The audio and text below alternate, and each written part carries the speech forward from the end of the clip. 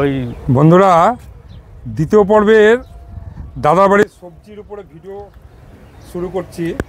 প্রথমে দেখাচ্ছে আপনাদেরকে পালং শাক, একটা ক্যারেটের মধ্যে উনি পালং শাক করেছেন। তারপরে দেখুন ধনে পাতা, দেখুন কি সুন্দর ধনে পাতা হয়েছে।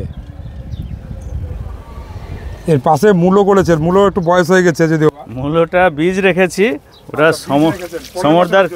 সমরদার গিফটের বীজ এটা। আচ্ছা আচ্ছা আচ্ছা, দেখতেই পাচ্ছেন কোনো পোকা নেই, একদম ফ্রেশ, টেস্টিও খুব ভালো হয়, তাই না? একদম সেন্ট দেখুন, একদম টোটালি জৈবিক পদ্ধতিতে তৈরি। সেন্ট অসম্ভব সুন্দর। হাইব্রিড হলে তো সেন্ট হবে না। না না বন্ধুরা, বেগুন দেখুন, চাষিরা চাষের জমিতে কিন্তু এই পরিমাণে বেগুন ফলাতে পারে কিনা সন্দেহ আছে। ভেঙে যাচ্ছে, ওয়েট দেখতেই পাচ্ছেন গাছ ভেঙে যাচ্ছে ফলনে, অকল্পনীয় ব্যাপার, কেউ বিশ্বাস করতে চাইবে না, গল্প করলে পরে, কিন্তু আপনাদেরকে ভিডিওতে দেখাচ্ছি কি পরিমাণে বেগুন ধরেছে একটি গাছে।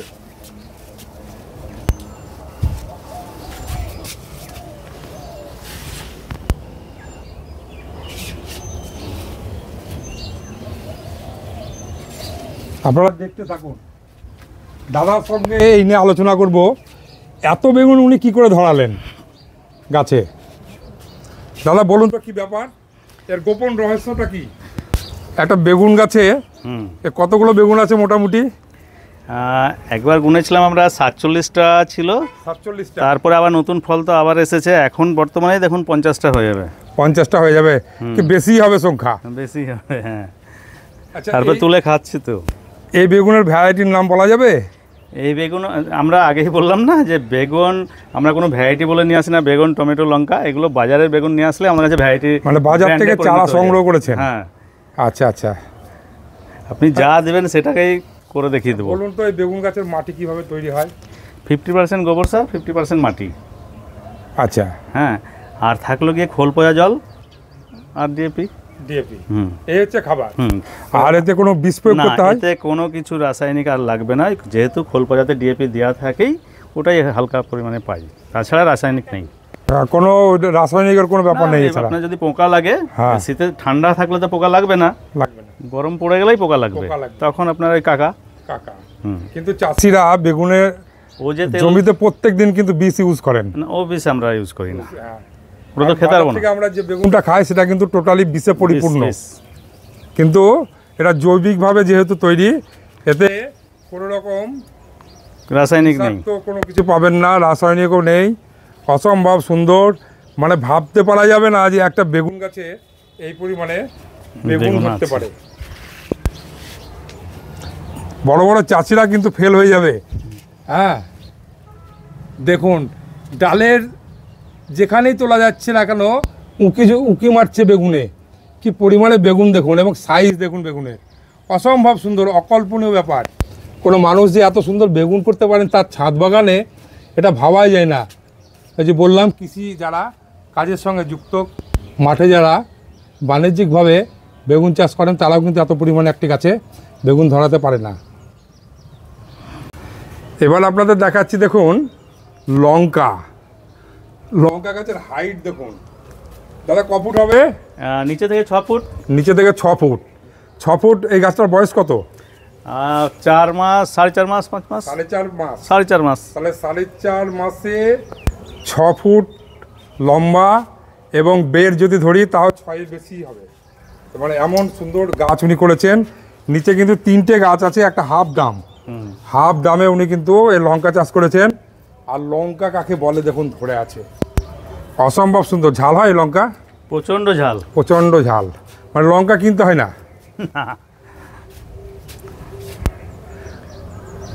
এত পরিমাণে লঙ্কা কিভাবে ধরান জানি না, তবে কিভাবে ধরায়, তবে আমরা কোনো লঙ্কা জাত বলে নিয়ে আসা নাই, বাজার থেকেই কেনা চারা। আচ্ছা, তারপর থেকে 4 বছর ধরে প্রায় মাদার হয়ে রেখে দিচ্ছি। আচ্ছা, 4 বছর ধরে একই লঙ্কা আপনারা প্রতি বছর চারা তৈরি করছেন আর রাখছেন।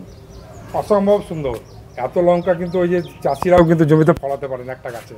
আর গাছ খুব ঝোপালো, অসম্ভব সুন্দর গাছ, মানে অকল্পনীয় ব্যাপার। যেমন বেগুন ওনার তেমন হচ্ছে লঙ্কা, দেখুন কি পরিমাণে লঙ্কা ধরে আছে। ডাল তুললে পরেই লঙ্কার দর্শন, প্রচুর পরিমাণে সেটা ভেতরে পাকতে শুরু করেছে, সংখ্যাটা পাকতেও শুরু করেছে, এই যে নিচে পাকতেও শুরু করেছে। এতেও কি সেই একই খাবার ব্যবহার করেন? হ্যাঁ, এতেও রাসায়নিক নেই, রাসায়নিক নেই, না, সেম খোল জল বেগুন, আর ওই হ্যাঁ অল্প পরিমাণ যা ডিএপি একটু দেন তাই। হ্যাঁ, আর গোবর সার।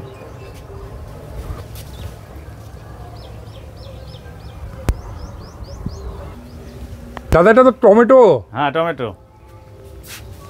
তো বিরাট ব্যাপার। এই এত লম্বা, প্রায় 7 থেকে 8 ফুট লম্বা টমেটো গাছ, এটা কিভাবে করেছেন? এটা দেখুন খুঁটি দেওয়া আছে, 7 ফুটের খুঁটিতেও ছোট হয়ে যাচ্ছে বাসে। হ্যাঁ, নিচে একটা হাফ ড্রামে উনি কতগুলো চারা বসিয়েছেন দাদা?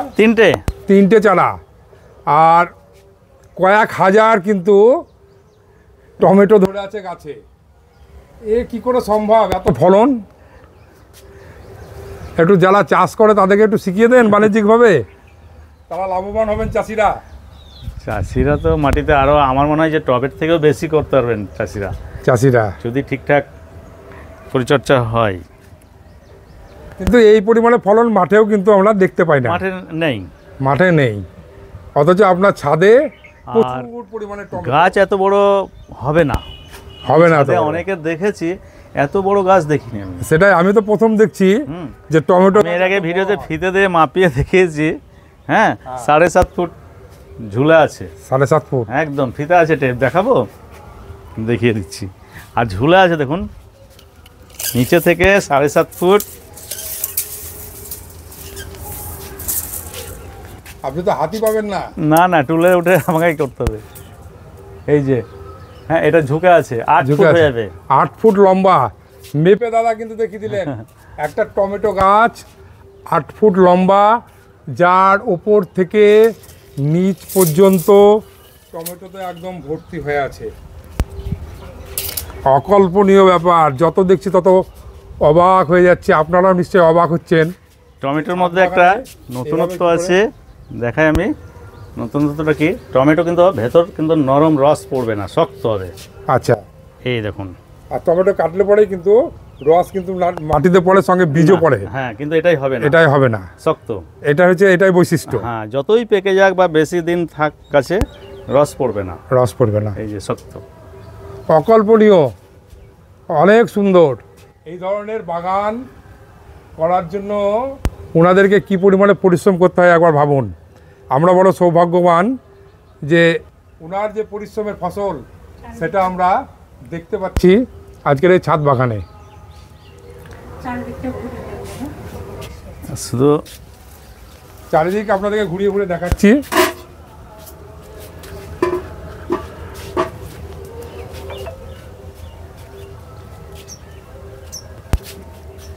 দেখুন কি পরিমাণে টমেটো ধরে আছে চারিদিকে, কোনো দিক ফাঁকা নেই, ফলনে ভর্তি।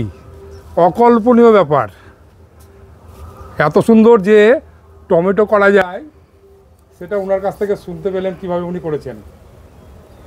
আশা করি আপনাদের এটা ভীষণ উপকারে লাগবে। সিমও তো আপনার খুব সুন্দর হয়েছে। হ্যাঁ, এই দেখুন, এটাও সেই ডাম, এটা হাফ ড্রাম আছে। মানে আপনার সবজি মানি হচ্ছে হাফ ড্রামে, এবং 3টে করে চারা, আর মাটি সেই সেম 50% মাটি, 50% গোবর সার আর খোল জল। এর বাইরে কিছু নেই না। এতেও তো প্রচুর পরিমাণে ফলন,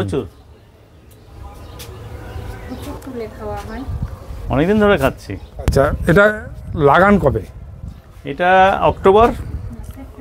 সেপ্টেম্বরের দিকে, সেপ্টেম্বরে শেষ, অক্টোবরে প্রথমে লাগালে পরে কিন্তু এই গাছের থেকে প্রচুর পরিমাণে ফলন আমরা পাবো। দাদার কাছ থেকে আপনারা শুনতে পেলেন। পাশেই কিন্তু দাদার আরও একটি সবজি গাছ আমরা দেখতে পাচ্ছি, বিমস কিন্তু ওনার ছাদে ধরে আছে। ছোট্ট গাছে দেখুন কি পরিমাণে বিমস ধরে আছে। এটা আর কি খুব লম্বা হয় না, এরকম ছোট হয়ে থাকে গাছ? না, ছোট থাকে। আর সবজিতে আমার থেকে বেশি পরিচর্যা এই যে। আচ্ছা, আমাদের ভাবি আছেন, ভাবির সম্পর্কে বলে আর কি। সবজি আমাদের খুব পরিচিত আপনাদের কাছের মুখ। হ্যাঁ, আমাদের মৌসুমি ভাবি বা আমার কিন্তু দিদি ভাই, আপনাদের সবার ভাবি হলেও উনি কিন্তু আমার দিদি ভাই।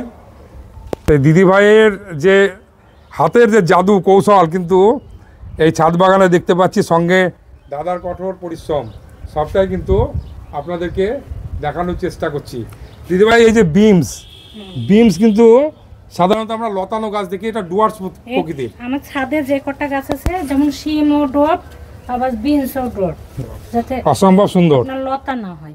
হ্যাঁ হ্যাঁ হ্যাঁ। আর সবজিটা পুরোটাই ওর ক্রেডিট। আচ্ছা, সবজিটা সবটাই আপনি করেন তাহলে? হ্যাঁ, আমি করি। তাহলে বুঝতে পারলেন। দেখিয়ে দিবেন একবার। দিদিভাইয়ের কৌশলেই কিন্তু এই ছাদের সবজি বাগান সবটাই দেখতে পাচ্ছেন কত সুন্দর হয়েছে।